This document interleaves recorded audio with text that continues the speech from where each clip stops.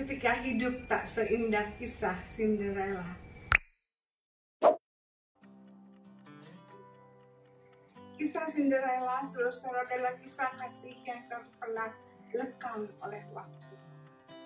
Kebaikan hati dan cinta sejati yang menjadikan kisah ini penuh dengan keharuan, tetapi juga dengan kebahagiaan. Pengalaman hidup Cinderella yang tinggal dengan ibu tiri dan dua saudara tirinya yang menjadikan dirinya sebagai pembantu. Kita yang membaca kisah ini atau yang menonton kisah ini terus terikut terlarut di dalam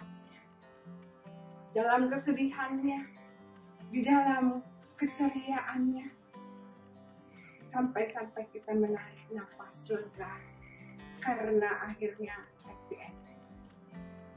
Ketulusan dalam mengasihi orang yang membenci dirinya, sampai akhir ia bertemu dengan sang pangeran yang berakhirlah kisah sedih ini. Karena akhirnya sang pangeran menikahinya dan membawanya ke istana. Saudara, kisah kasih Cinderella ini tak banyak orang yang sanggup menjalankannya. Mungkin kita bisa berpikir bahwa itu kan hanya dongeng, hanya ada di negeri dongeng, tidak ada di kisah-kisah dalam kehidupan nyata sehari-hari. Saudara, bahwa hidup ini tidak selalu indah seperti kisah Cinderella. Itu jugalah yang dialami oleh umat Tuhan di tanah pembuangan. Hidup yang diliputi dengan ketakutan dan kebimbangan begitu menghantui umat Tuhan saat itu. Maklum, di tanah pembuangan orang bisa saja sewaktu-waktu meninggal karena dipenggal. Sampai-sampai umat Tuhan menjadi bimbang. Apakah Tuhan itu masih ada dan tetap menjadi Tuhan bagi mereka? Saudara, kalau kita mau jujur, maka kita harus mengakui sesukses apapun kita, sebahagia apapun kita tetap punya rasa takut.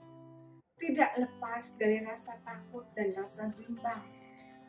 Apalagi kalau kita hidup dalam perantauan, di bawah kungkungan orang penguasa yang kejam, yang sewaktu-waktu bertindak seenaknya, bahkan membunuh kita. Inilah yang menyebabkan bahwa umat Tuhan hidup dalam ketakutan dan kebimbangan. Saudara-saudaraku, sama seperti umat Tuhan yang hidup dalam ketakutan dan kebimbangan, kita pun sering hidup dalam keadaan yang sama.